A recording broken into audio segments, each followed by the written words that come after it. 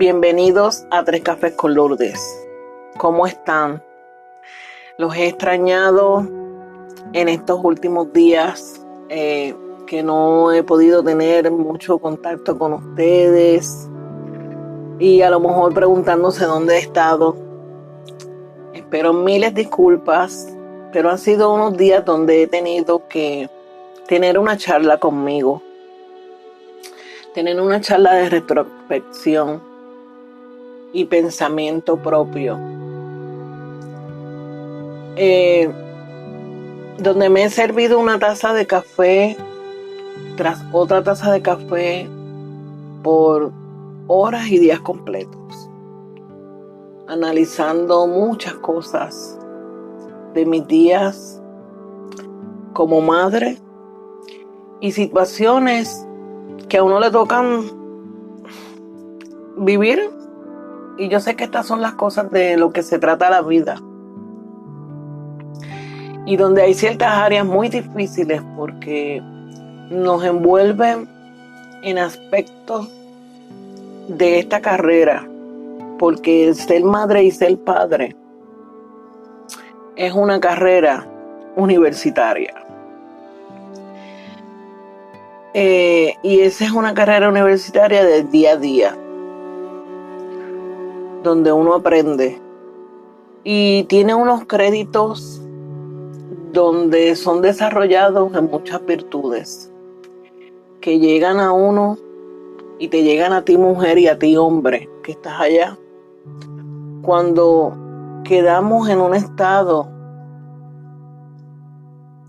Nosotras las mujeres quedamos en estado, y yo he pensado desde el día 1, yo he pensado desde el día que yo formé a mis hijos, yo tuve mi relación y quedé embarazada, que fueron momentos hermosos, porque uno hace los hijos con amor y uno trae los hijos al mundo brindándole amor. Y en cierta manera también uno tiene que aceptar el ser padre, porque lamentablemente se derrumbó aquella ideología que uno llevaba en un entonces, y hay muchos de ustedes que le pasa igual, que uno lleva una ideología en la mente, que uno de corazón uno está dispuesto a luchar por tener una familia en todos los aspectos, que quitara el tener un matrimonio.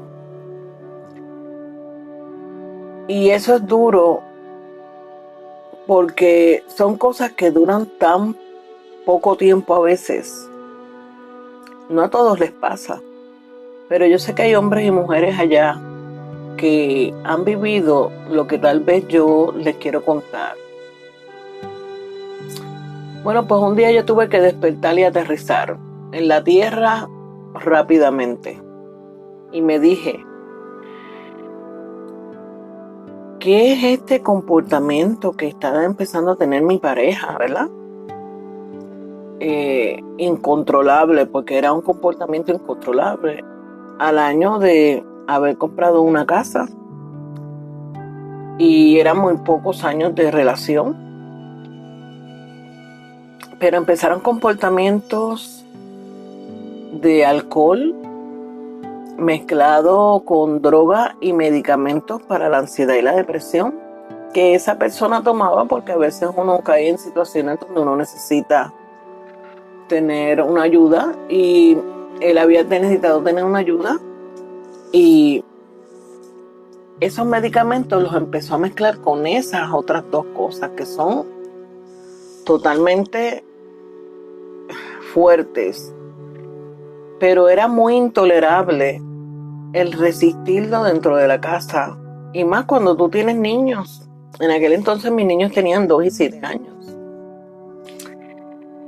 Era que tenía que sacarlo de la casa, entonces se iba desde ambulante de homeless, cargando con el dinero del pago del hogar, porque se unían entradas mías y de él para poder sostener el hogar, como somos todo matrimonio cuando uno decide tener hijos y familia.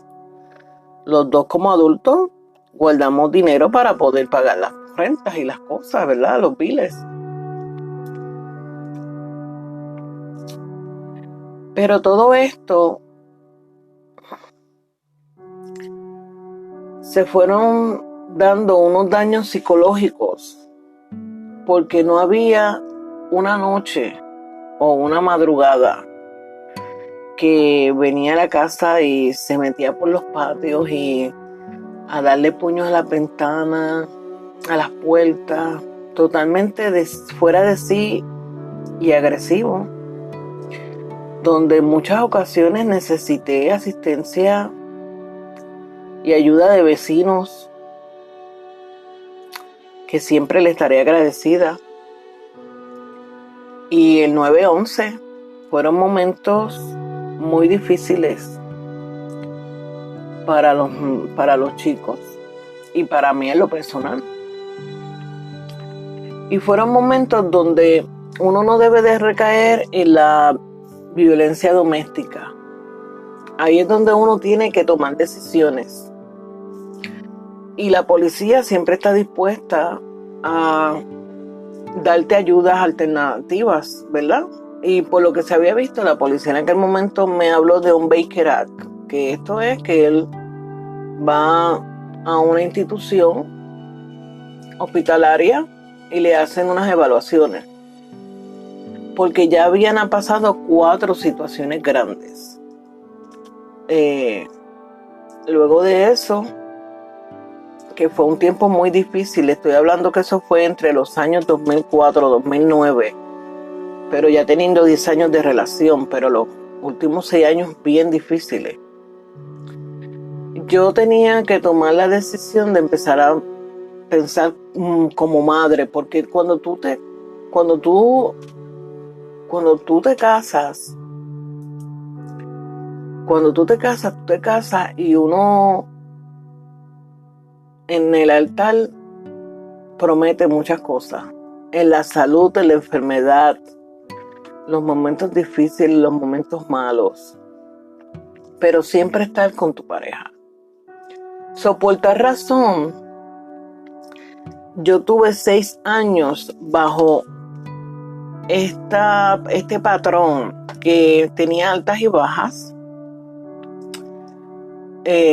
Muy pocos momentos tranquilos, muchas recaídas,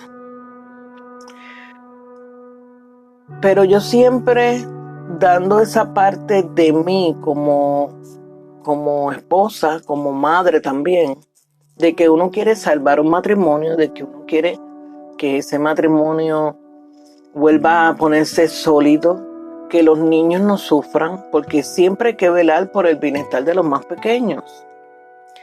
Y cuando ya tú tienes hijos, que está supuesto que tengan que ser cuidados y atendidos por los 2 adultos de la casa, y uno de los adultos de la casa se quedó cojo,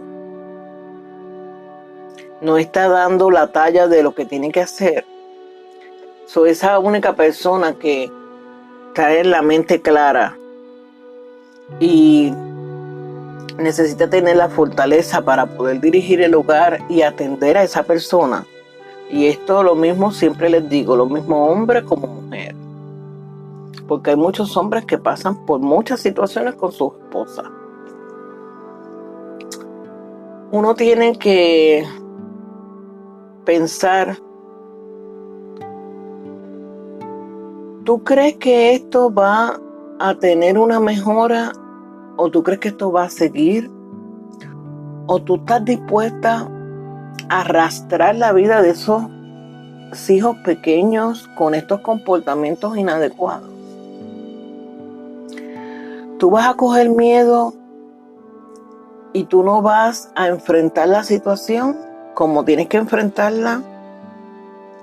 Yo me hice en aquel momento muchas preguntas y necesitaba encontrar muchas respuestas.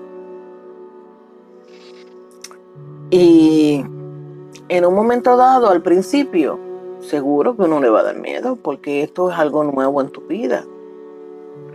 El decir, wow, muy son pocos años, tengo 2 bebés pequeños, el niño mío de 7 años es de otro matrimonio, pero él cogió este niño cuando tenía 1 añito. Ese era su papá.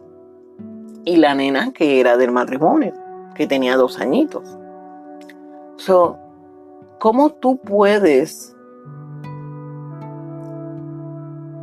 mantenerte en control? Uno tiene que tomar buenas decisiones, pero no tiene que dejarse aconsejar por personas capacitadas para enfrentar esta situación. Porque no es fácil. Y hay miles y millones de personas allá afuera pasando por situaciones donde tiene alguien en la familia que está metido en alcohol, drogas y lo están combinando con medicamentos.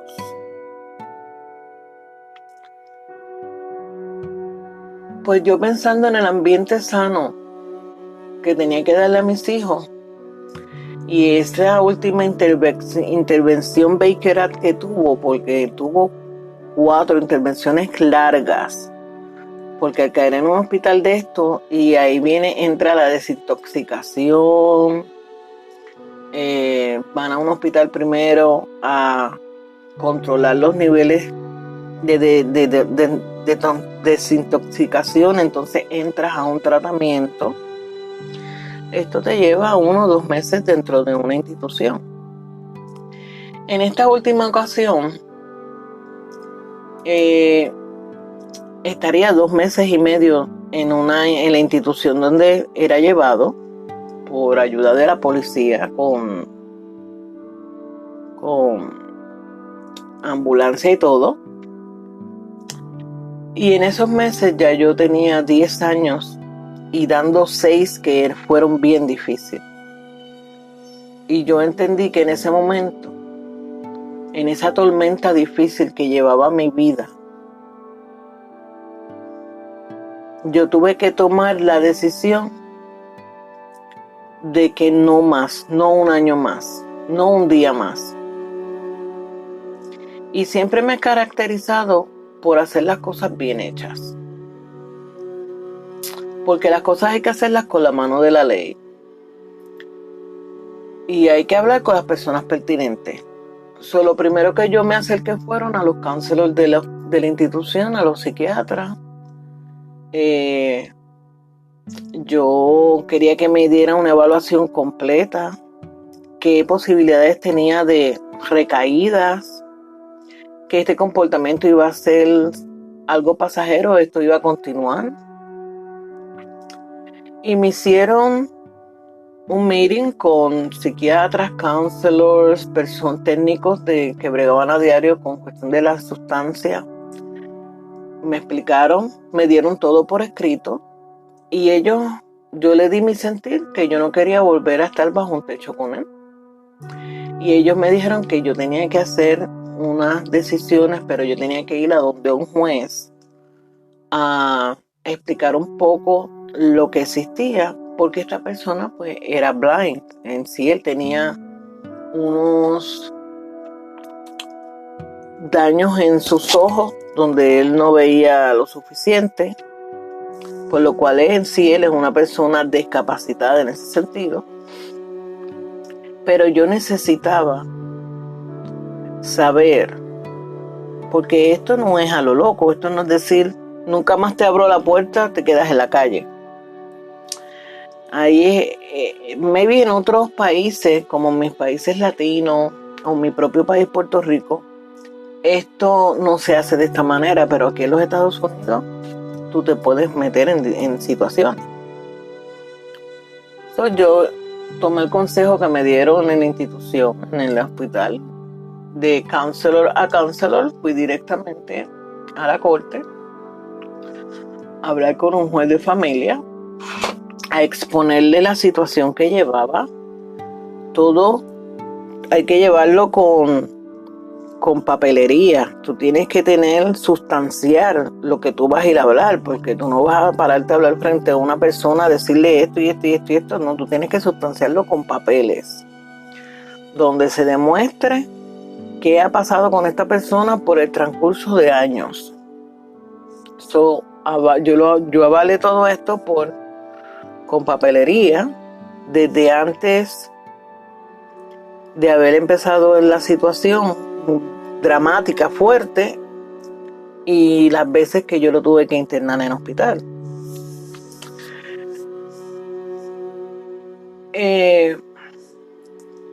Y aquí tú te casas, pero el dividir un matrimonio es costoso y muy cuesta arriba en muchas situaciones.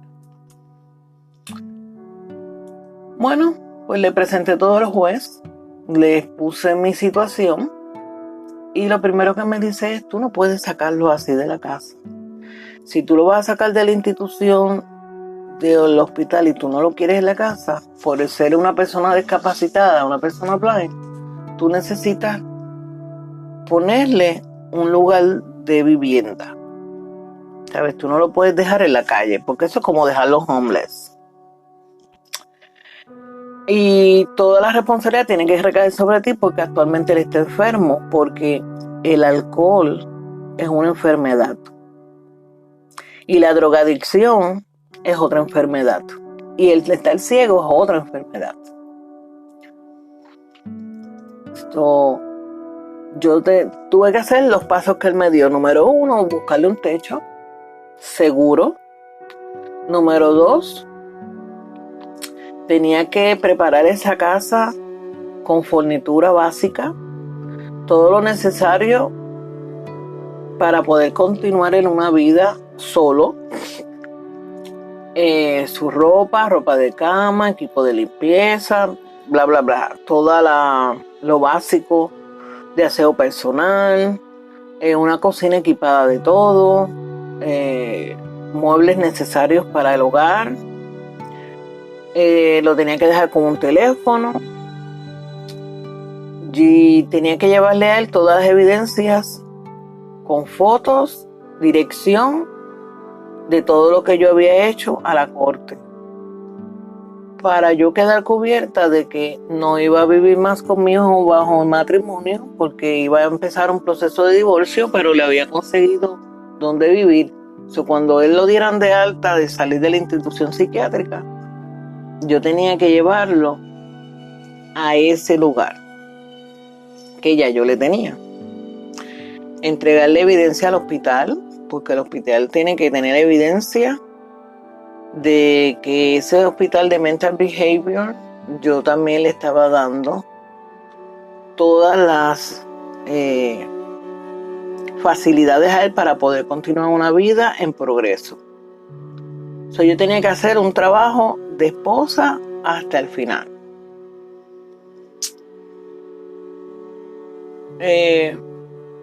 Pedí ayuda de la institución, porque había que transmitirle a él y explicarle que ya yo no quería estar más con él, que no iba a vivir más en la casa bajo mi techo, conmigo, los hijos, que venía un divorcio y que yo le había conseguido un sitio donde vivir, pero yo lo hice todo estando él hospitalizado antes de que me lo pusieran de alta, para que así me pudiera ayudar los counselors, psicólogos y psiquiatras que estaban en la institución.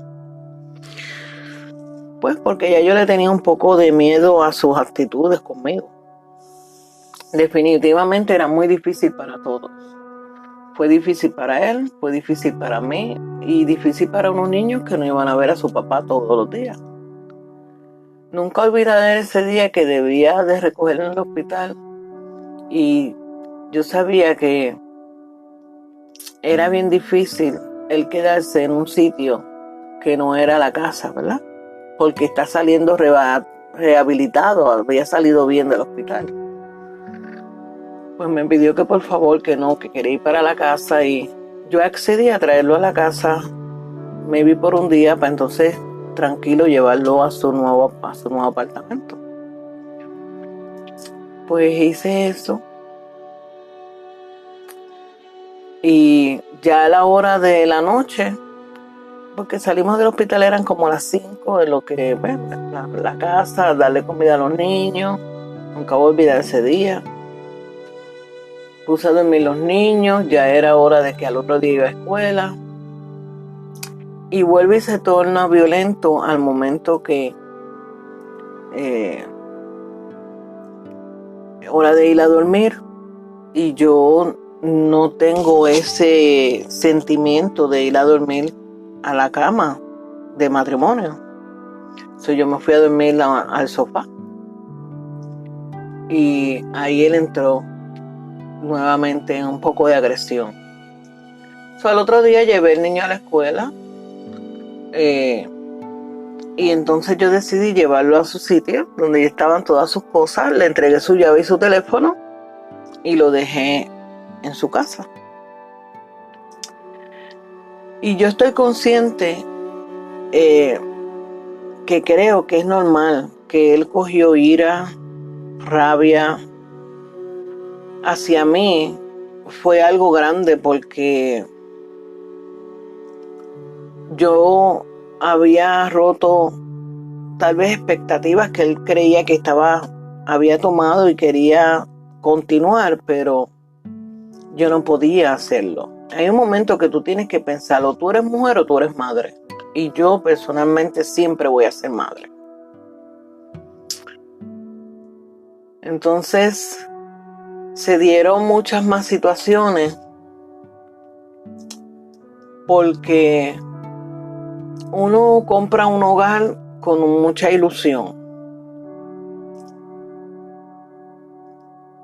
Pero cuando han pasado tantos sucesos dentro de ese hogar, uno le empieza a coger un mal sabor de boca al ambiente, al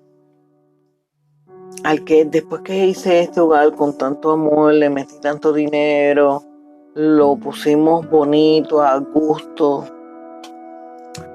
Tal vez yo cometí un error bien grande porque yo en sí me salí del hogar a la larga.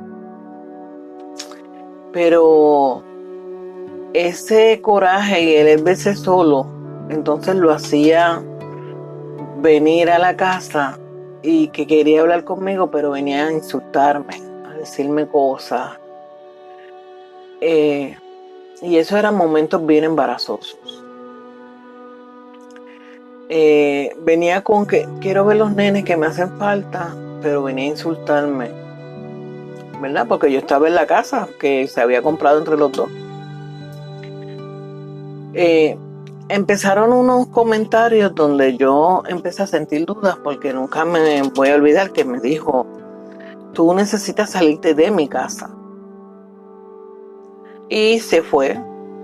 Vino otro día más que también se volvió una situación, un conflicto, y me volvió a insultar.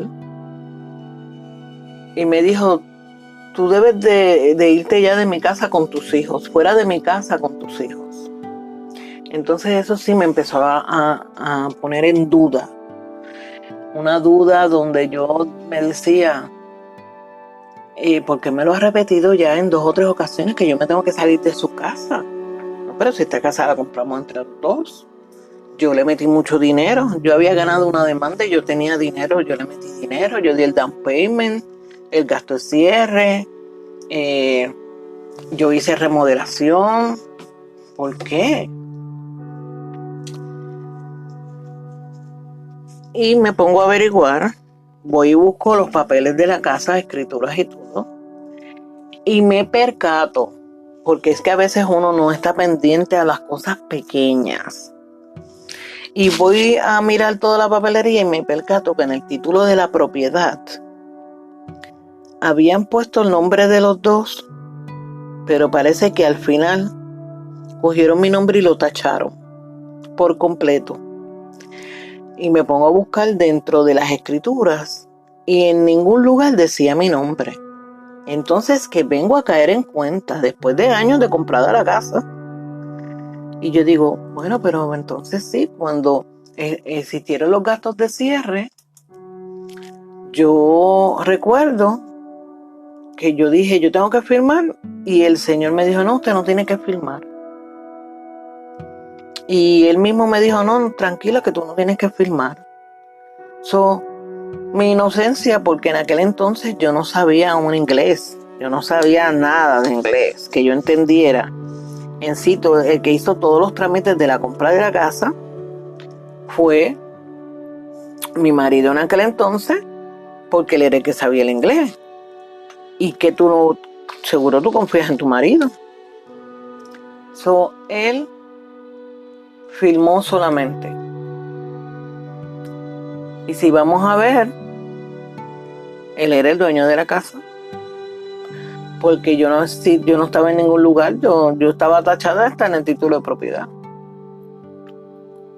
Entonces ahí yo empiezo a coger un poquito más de experiencia, busqué con quién hablar, me explicaron ciertas cosas y les reclamo. Otro día más de discusión. Ya él estando fuera de mi casa, ya él tenía su casa. Y entonces le reclamo y le digo, tú hiciste todo con premeditación y alevosía. Porque en el momento de comprar la casa, nunca voy a olvidar este suceso. Y yo nunca firmé. Seguro me estás diciendo que me salga de tu casa porque es tu casa. Y yo estoy consciente al día de hoy que yo no me tenía que haber salido de la casa porque esa casa le pertenecía a los hijos. Esto era una cuestión de uno luchar. Pero tenía mucho dolor por dentro. Y un día estando con los nenes, nos volvió a botar de la casa. Lárguense de mi casa. Entonces yo, tranquilizándome un poco, traté de tener la calma siempre y tratar de hablar con alguien de mi familia. Porque ahí es que llega el momento donde tú necesitas hablar a alguien de verdad, de confianza de tu familia. Y llamé a mi hermano mayor a Puerto Rico y ¿cómo estás? Y entonces le expliqué un poquito. Le dije, estoy pasando por este suceso y no sé qué hacer. Y él rápidamente me apoyó y me dijo, no, yo no voy a permitir que tú pases por más situaciones y mis sobrinos tampoco. Ya yo no tenía a mi papá, ni tenía a mi mamá, ni había una hermana, ni tenía cuñados alrededor. Estaba yo solo y los nenes. Entonces monetariamente no tenía suficiente. Así que él me ayudó económicamente y me dijo, busca una casa y trata de conseguirle en un lugar con control de acceso donde tú te mudes con tus hijos y él no puedas accesar a meterse a tu casa. Estés un poco más, ¿verdad? Tranquila. Y brindarle más seguridad a los nenes y tener el mejor bienestar de vida, sin hacer unos cambios abruptos, porque yo quería que mis hijos continuaran viviendo en el entorno como teníamos la casa en matrimonio. Pues así lo hice.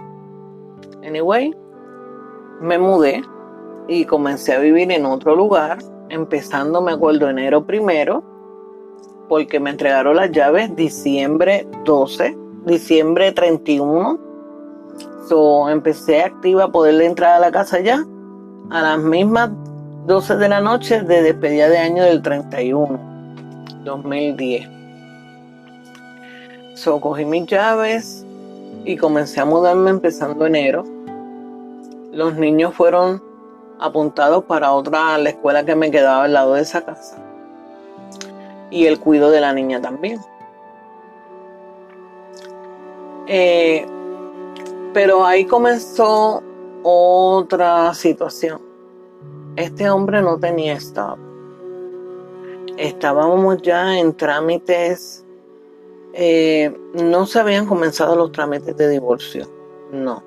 Yo tenía que coger un descanso y necesitaba, sí había mirado cuán caro era poderme divorciar. Estaba trabajando pero estaba en el trabajo en que iba a hacer unos cambios de trabajo para el mismo trabajo pero en otra área. Y ahí es que me digo, no quisiera que se cerrara esa ventana que necesita tener entre padre e hijos a compartir. Yo quería que se mantuviera abierta, que fuera capaz de que él pudiera ver los chicos, lo mismo estuvieran en su casa como estuvieran acá en mi casa, aunque todavía estábamos sin divorciar, pero yo pensé que se podía llevar una relación cordial y de respeto. Ahí yo empiezo a trabajar en otro lugar y yo le brindo que él puede venir a la casa o yo puedo llevarle los nenes. En sí ya la niña estaba para la escuela y la guagua de la niña, la guagua del boss, el boss de la escuela pasaba por frente a su casa, un boss que venía para esa escuelita. Yo dejaba al nene en su middle school y dejaba a la nena que entraba un poquito más tarde a las 9 de la mañana, la dejaba en la mañana en casa de su papá, porque ese área de vivir que yo le conseguí era bastante accesible a mi ruta de trabajo. Yo le dije, pues yo te dejo a la nena en las mañanas y cuando baje la tarde yo recojo a la nena en la tarde, tú la pones en el bus y tú la recoges por la tarde y a lo mejor si quieres empiezas homework con ella. Pues así se empezó a dar todo. Pero siempre existieron algunas situaciones donde, ejemplo, como quiera fue a la casa ahí con control, donde era con control de acceso y se puso violento, me recuerdo 1 o 2 veces, ya habiendo empezando los trámites de divorcio como tal. Ya habían pasado otras situaciones más grandes. Y todo esto repercute en mucho dolor. En mucho dolor porque tú jamás piensas que ese hombre que decidió estar un día contigo y ser tu esposo y hacer una familia donde uno deposita toda la confianza. Cuando 2 seres humanos deciden vivir juntos y casarse, hay una confianza plena entre uno y el otro. Y yo creo que esas son cosas que deben de ser inquebrantables. Así tú te divorcies y te separes, uno tiene que tener un lazo de trust uno con el otro. Y mucho más porque hay unos hijos de por medio. Y tú nunca vas a pensar que esa persona va a hacerle daño a un hijo. Yo encuentro que eso es un aberrismo, pero una cosa fea. Yo depositaba a mi hija todas las mañanas en aquella casa en plena confianza. Le llevaba lunch para cuando regresara de la escuelita. La llevaba con sus uniformes en ganchito porque ella iba en pijama para entonces vestirla y llevarla porque era muy temprano en la mañana. Yo viajaba casi 1 hora manejando, 1 hora y media. Y ya cuando estaba regresando la tarde era las 6, más tarde al 7, para entonces recogerla porque ya el nene estaba más grande y el nene caminaba y llegaba a la casa y se metía a la casa esperando. Eso de las 4 que él salía de la escuela, 4, 5, 6, estaba 3 horas y en lo que yo llegaba ya le había hecho homework. Así es la vida de muchas mujeres hoy día divorciadas, solas y con hijos. Es difícil, pero se puede. Yo brindándole la confianza a este hombre a que siguiera todos los días compartiendo con su hija. él le falló a su hija. Y un día, ella hablando con su hermanito, le hace un comentario bastante fuerte, el cual a cualquier ser humano se le destroza la vida. Porque esto se volvió, si había pasado por una tormenta fuerte durante el matrimonio entre él y yo, esto destapó otra tormenta mayor, aún mayor. Y es algo bien difícil de tu poder adaptarte a qué es esto que está pasando, esta aceptación que no es como tu alma tu alma está en un nivel de sosiego, en algo que tú no puedes creer.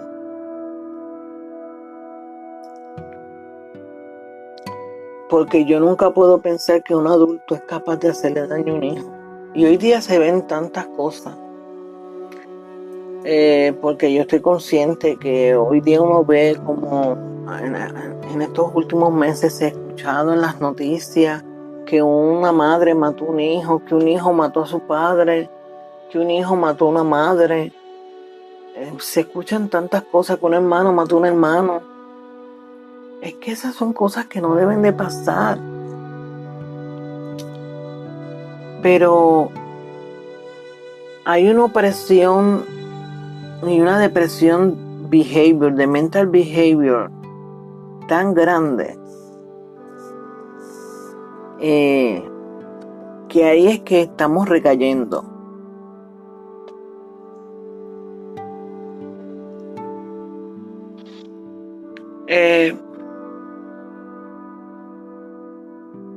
Y mi hija me dice, mamá, yo no quiero volver a quedarme en casa de mi papá.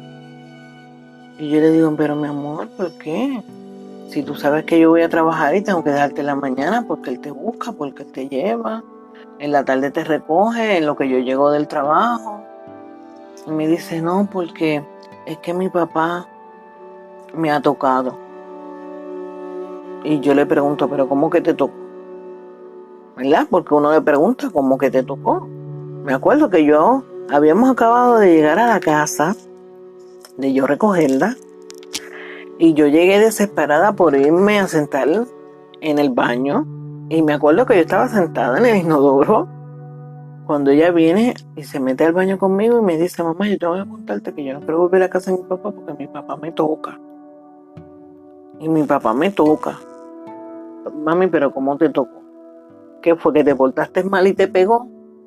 ¿O te caíste y te sobó porque te duele? ¿O tienes dolor de cabeza? Es lo que yo hice de preguntas, ¿verdad? Nunca, yo les juro por mi salud y la de mis hijos, que a mí me pasó por la mente que le había tocado en lo que mi hija me estaba diciendo sexualmente. Jamás me pasó eso por la mente. Jamás. Y cuando me dice aquello, me paré aquí en el inodoro, cogí el teléfono, le marqué, le hice preguntas, le dije, oye, la nena está diciendo tal cosa, ¿qué es lo que está pasando? Y él lo desmintió todo. Él lo desmintió todo de una manera de coraje y de rabia, que no, que ella no la ha tocado, que él estaba bien, que no estaba haciendo nada malo, que qué le pasaba a ella, que la pusiera en castigo y dándome consejos de lo que yo debía de hacer con ella porque ella está mintiendo. Y yo le dije muchísimas cosas, porque ustedes saben, discutí, le dije muchísimas cosas. Y le dije, pues no la esperes porque no la voy a llevar más. No te la voy a llevar más a la casa.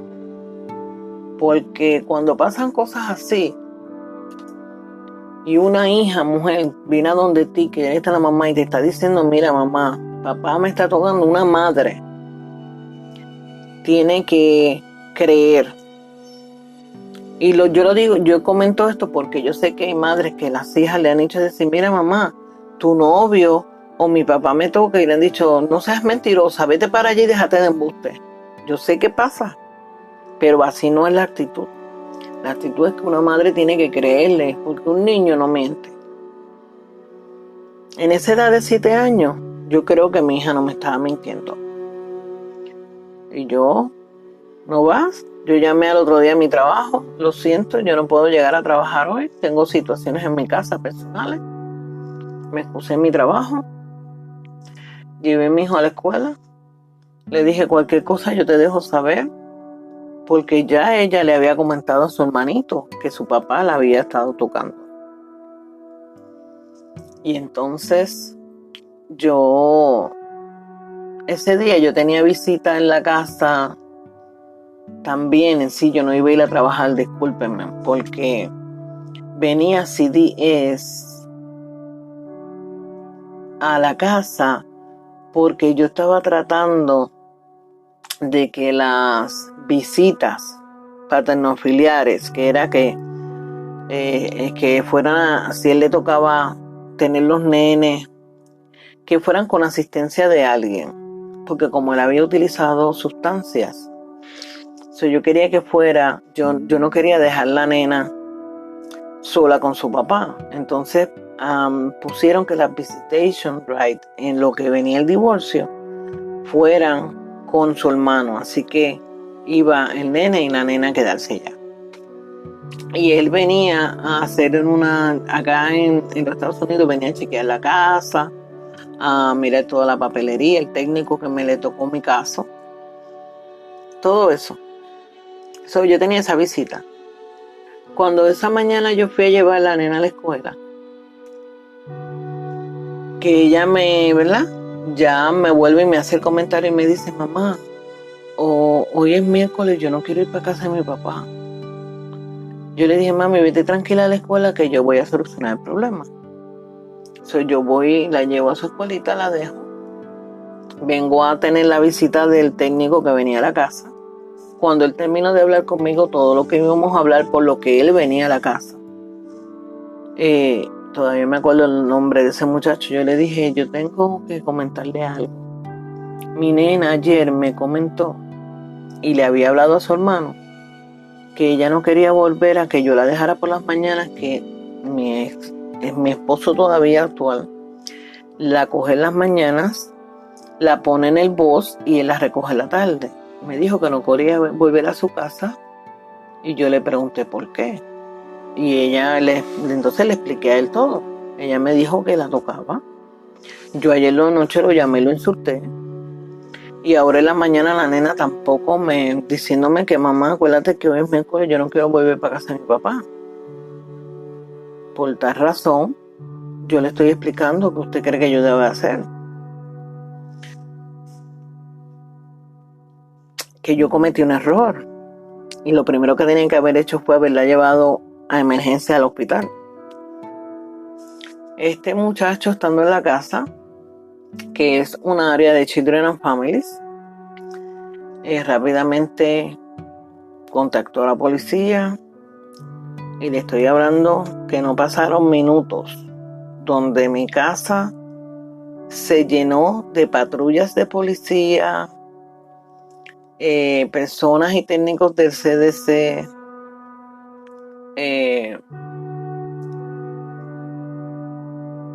porque ellos tenían que venir a cotejar todo.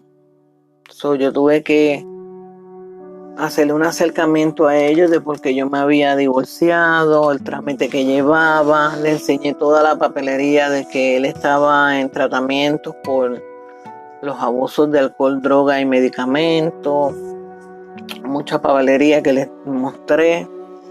Ahí tuve que escribir un statement de lo que la niña me había explicado y a su hermanito. Me preguntaron dónde ella estaba. Le dije, ella está actualmente en la escuelita y su hermano está en la middle school. Y entonces la policía me dijo, pues señora, venga que tiene que venir con nosotros porque vamos a ir a la escuela. Y llegamos a la escuela y todo, y ellos, la policía preguntándome que en la dirección de mi marido todavía actual, número de teléfono, que si tenía fotos, o tuve que buscar fotos y mostrarle fotos. Y ahí se desató otra tormenta. Una tormenta donde ya esta tormenta estaba metida la policía, detectives, esto completamente en justicia porque ya es abuso menor, interrogar a ese niño tan chiquito y preguntarle y tú escuchar lo que tú tienes que escuchar que pasó, son momentos muy difíciles. Pero son momentos donde a uno como mujer y madre te tiene que poner más fuerte. Porque tú necesitas estar fuerte para poderle dar support a esa personita que se hace tantas preguntas y no entiende. Tantas preguntas que como, porque si tú eres la persona que me tenías que cuidar y proteger, me estás haciendo estas cosas. Y yo como mujer me preguntaba, ¿cómo es posible, Dios mío? Esta persona fue mi esposo. Íntimamente me tocó, tuvo relaciones sexuales conmigo. De eso hubo la creación de un hijo. ¿Cómo es posible que lo que tú me hacías a mí se lo estás haciendo a tu hija? ¿Qué mente enferma y dañina es esta? Y yo les puedo jurar que todavía al día de hoy yo me sigo haciendo una y otra vez la misma pregunta porque yo cierro mis ojos y pienso en esa escena y mi corazón se quebranta. Porque esta situación la pasan tantos niños allá afuera. Y hay tantas madres que saben qué está pasando y se callan. Son más mujeres que madres. Y le cogen miedo a esa persona porque sé y estoy segura que lo primero es que amenazan con muerte. Porque mi hija lo pasó.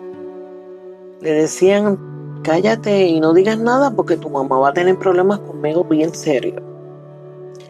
Tú lo estás controlando a que se calle la boca al aberrismo que tú estás haciendo porque si no, tu mamá va a tener problemas conmigo. Y en gratificación le compraban un McDonald's. Y eso es una violación a uno también como madre. Porque yo me he sentido tan feo como mi hija se siente.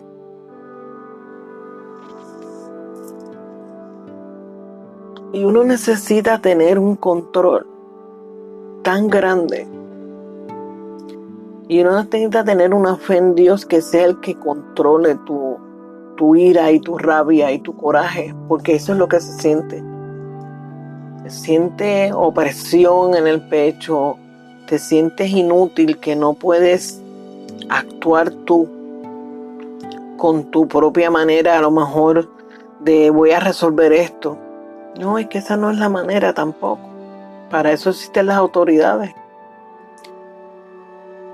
Pero es algo tan feo que se lleva en el corazón y en la mente porque no se puede olvidar jamás. Es uno aprender a vivir con esto y es tratar de salir del hueco en que se mete uno. Porque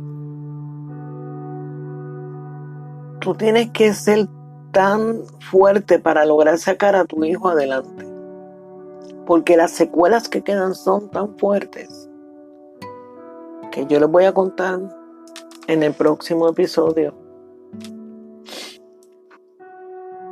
Las secuelas tan grandes que todavía al día de hoy se llevan. Y yo les pido, les exhorto a todos los que estén ahí, y hoy yo estoy hablando de esto porque es algo que yo he tenido que revivirlo nuevamente en mi vida. para